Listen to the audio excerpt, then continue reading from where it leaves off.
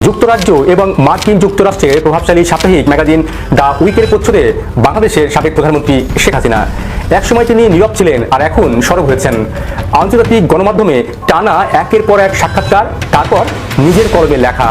এই লেখা কি শুধুই স্মৃতিকথা নাকি কৌশলগত পাল্টাঘাত? এদিকে সবশেষে আওয়ামী লীগের আন্তর্জাতিক খেলা শুরু। এক সপ্তাহের মধ্যে দেশ দখল করার সকল প্ল্যান করে ফেলেছে। আজ থেকে ঘুম হারাম ডক্টর ইউনূসের। আন্তর্জাতিক পর্যায় থেকে সরকারের উপর ক্রমশ চাপ বাড়ছে। ইউনূস সরকারের মানবাধিকার লঙ্ঘন নিয়ে সমালোচনা ক্রমশ জোরালো হচ্ছে।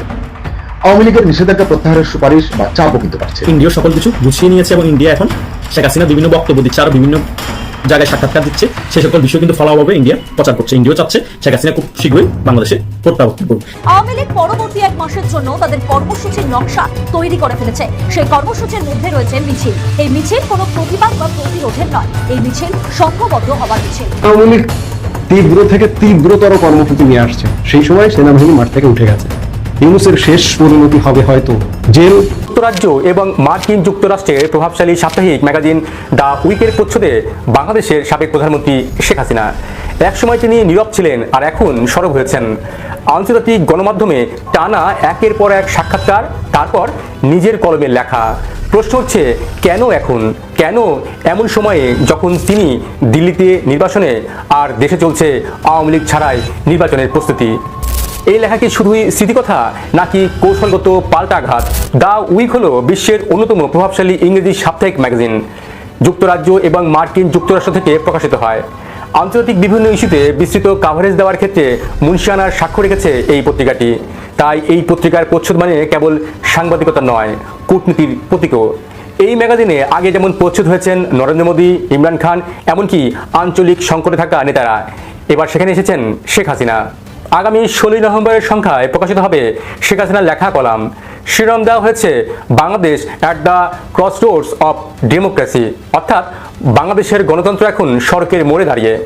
লেখাটির ভেতরে আছে স্মৃতিকথা, আত্মপক্ষ সমর্থন এবং এক ধরনের রাজনৈতিক ম্যানিফেস্টো। শেখ হাসিনা লিখেছেন, ভয় থেকে গণতন্ত্র জন্মায় না, আর আমি যে বাংলাদেশকে চিনি তা ভয়ের ভিত্তিতে গড়ে ওঠেনি। এই এক বাক্যই বর্তমান অন্তর্বর্তী সরকার, বিশেষ করে ডক্টর মোহাম্মদ ইউনূসের নেতৃত্বকে পরোক্ষভাবে চ্যালেঞ্জ ছড়ে দিয়েছে। শেখ হাসিনার নীরবতা ছিল দীর্ঘ। জুলাইয়ের অভ্যুত্থান পর্বের পর থেকে তিনি ভারতের অতিথি হয়ে দিল্লির সুরক্ষায় রয়েছেন। গত কয়েক সপ্তাহে তিনি একযোগে রয়টার্স, এপি, দ্য ইন্ডিপেন্ডেন্ট, এমনকি দ্য উইকের সব জায়গায় তিনি উপস্থিত। এই একযোগে উপস্থিতি হওয়া কোনো কাকতালীয় ঘটনা নয়, এটি একটি সমন্বিত মিডিয়া অফেন্সিভ। উদ্দেশ্য আন্তর্জাতিক মঞ্চে নিজের রাজনৈতিক বয়ান প্রতিষ্ঠা করা। কেননা দেশে তার বিরুদ্ধে চলছে মামলা, আওয়ামী লীগের বহু নেতা গ্রেপ্তার বা পালিয়ে আছেন, আর আওয়ামী লীগের কার্যক্রম এখন নিষিদ্ধ। অন্যদিকে অন্তর্বর্তী সরকারের জনপ্রিয়তা দ্রুতই রাজনৈতিক বিতর্কের কেন্দ্রে। তাই শেখ হাসিনা এখন মিডিয়াকে ব্যবহার করছেন বিকল্প রাজনৈতিক মঞ্চ হিসেবে।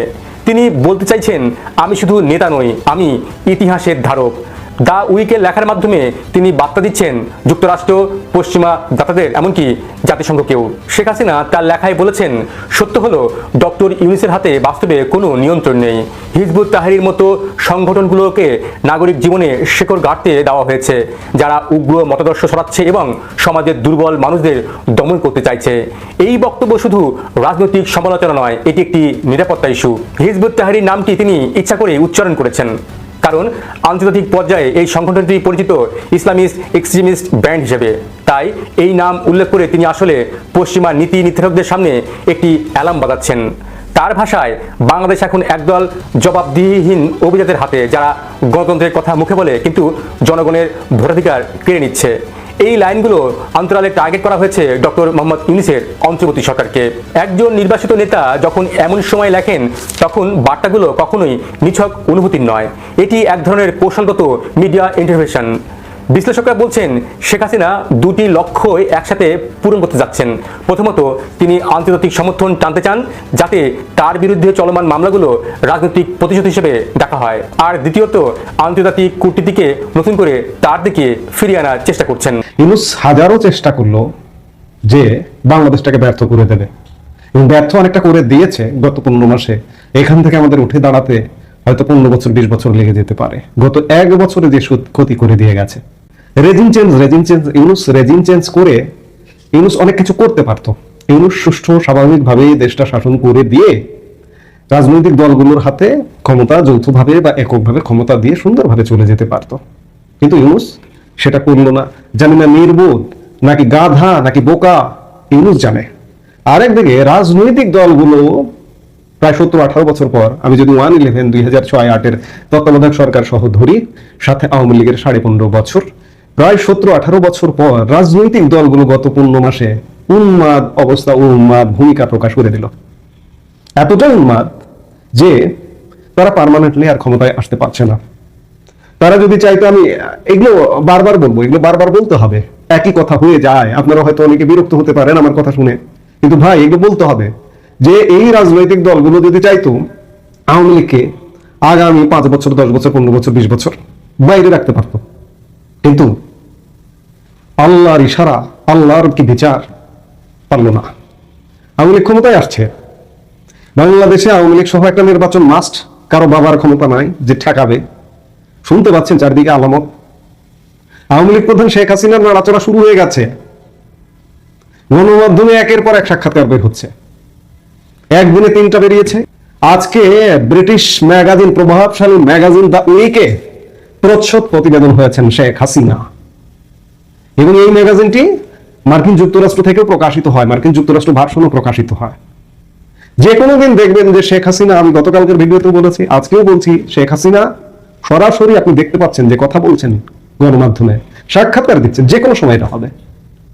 আর প্রিন্ট ভার্সনে তো প্রতিনিয়ত আসবেনি, চালু হয়ে গেছে। রীতিমতো ভারত সরকার প্রমোট করছে, এখানে আর রাগ ঢাকের কিছু নেই। এবং দেশের রাজনীতিতে কেমন শুরু হয়ে গেছে দেখেন, আওয়ামী লীগকে স্পেস দেবার সকল প্রচেষ্টা চাপে পড়ে দেখুন সেনাবাহিনী উঠে গেছে। এগুলো তো পুরোনো খবর, দুদিন আগের, আরো দুদিন আগের খবর, একদিন আগের খবর। সেনাবাহিনী অলরেডি 50% উঠে গেছে। কেন? আওয়ামী লীগের কর্মসূচি যখন আসতেছে, তখন এই যে রায় দেবে শেখ হাসিনার বিরুদ্ধে, রায় দেবে আইসিটি, জামাতি কোর্ট, এই যেদিন রায় দেবে সেদিন আওয়ামী লীগ লকডাউন ডেকেছে, এবং আওয়ামী লীগ তীব্র থেকে তীব্রতর কর্মসূচি নিয়ে আসছে। সেই সময় সেনাবাহিনী মাঠ থেকে উঠে গেছে, পুলিশ শক্তিহীন, পুলিশ আজ পর্যন্ত দাঁড়াতে পারেনি, প্রশাসন দাঁড়াতে পারেনি, কেউ দাঁড়াতে পারেনি। কারা ঠেকাবে? বিএনপি জামাত আওয়ামী লীগকে ঠেকা দেবে? মুখোমুখি হবে। আগে হয়েছে না? ভয়ের কিছু নেই। আওয়ামী লীগকে স্পেস দেওয়ার যারা আওয়ামী লীগ করেন, ভাই আপনাদের ভয়ের কিছু নেই। নেত্রী শেখ হাসিনা প্রতিনিয়ত তিনি ক্ষমতায় থাকতে এই দেশটাকে যেভাবে সুরক্ষা দিয়ে রেখেছিলেন, আমরা একটা আঁচড় পাইনি। কি দৃঢ়তার সাথে দেশটা চালিয়েছেন। মার্কিন রাষ্ট্রদূত পর্যন্ত শেখ হাসিনার সাক্ষাৎও পায়নি, এমন হয়েছে। আপনাদের মনে আছে না? শেখ হাসিনা আয়রন লেডি, তার কাজ শুরু হয়ে গেছে, দেশে আওয়ামী লীগকে স্পেস দেবার কাজ শুরু হয়ে গেছে। আজকের লেটেস্ট খবর, এই অন্যায়ভাবে কয়েকজন মানুষকে অ্যারেস্ট করা হয়েছিল রাষ্ট্রবিরোধী কার্যকলাপের দায়ে। সংবিধান নিয়ে, মুক্তিযুদ্ধ নিয়ে আলাপ করবার জন্য একটি সেমিনারে গিয়েছিলেন বীর মুক্তিযোদ্ধা লতিফ সিদ্দিকী, মঞ্জুরুল আলম পান্না, হাফিজুর রহমান কার্জন সহ অনেকে। আজকে লতিফ সিদ্দিকী পান্নার জামিন হয়ে গেছে, আদালতের জটও খুলছে। সবকিছু মিলিয়ে পরিস্থিতি আওয়ামী লীগের জন্য অত্যন্ত অনুকূলে। আওয়ামী লীগকে আর দাবায় রাখা যাবে না। আওয়ামী লীগ শীঘ্রই রাজনীতিতে ফুল ফেজে আসবে, মুখোমুখি হবে বিএনপির সাথে, জামাতের সাথে। আপনারা ভয় পাবেন না। আপনারা 6 সালে এদের মুখোমুখি হয়েই, আন্দোলন সংগ্রাম করেই, নির্বাচনী বৈতরণী পার হয়ে 2008 সালের 29শে ডিসেম্বর একটি অবাধ, নিরপেক্ষ এবং সুষ্ঠু নির্বাচনের মাধ্যমে বিপুল ভোটে ক্ষমতা এসেছিলেন। এবারের সিনারি হবে তার থেকেও আরো বেশি বড় বিজয়। পরিস্থিতি আওয়ামী লীগের ক্রমেই অনুকূলে আসছে। গ্রেপ্তার, জেল, জুলুম করে পার পাবে না। ইউনূস শেষ বয়সে, বৃদ্ধ বয়সে একটা কলঙ্ক নেবার জন্য বাংলাদেশের রাষ্ট্র ক্ষমতার সাথে জড়িয়েছে।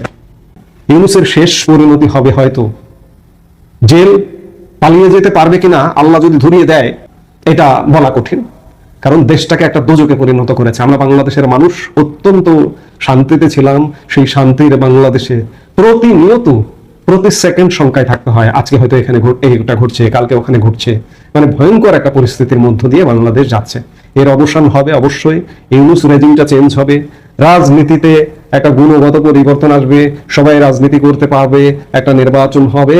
এবং নিশ্চিত থাকুন আওয়ামী লীগ কোনো প্রকার ব্রেক ছাড়া, 5 বছরের ব্রেক, 10 বছর তো দূরের কথা, 5 বছরের ব্রেকও লাগবে না। নিশ্চিত থাকুন যে আওয়ামী লীগ বিপুল ভোটে বিজয়ী হয়ে ক্ষমতায় আসবে, এগুলো তারই আলামত এবং কার্যক্রম ইতিমধ্যে শুরু হয়ে গেছে।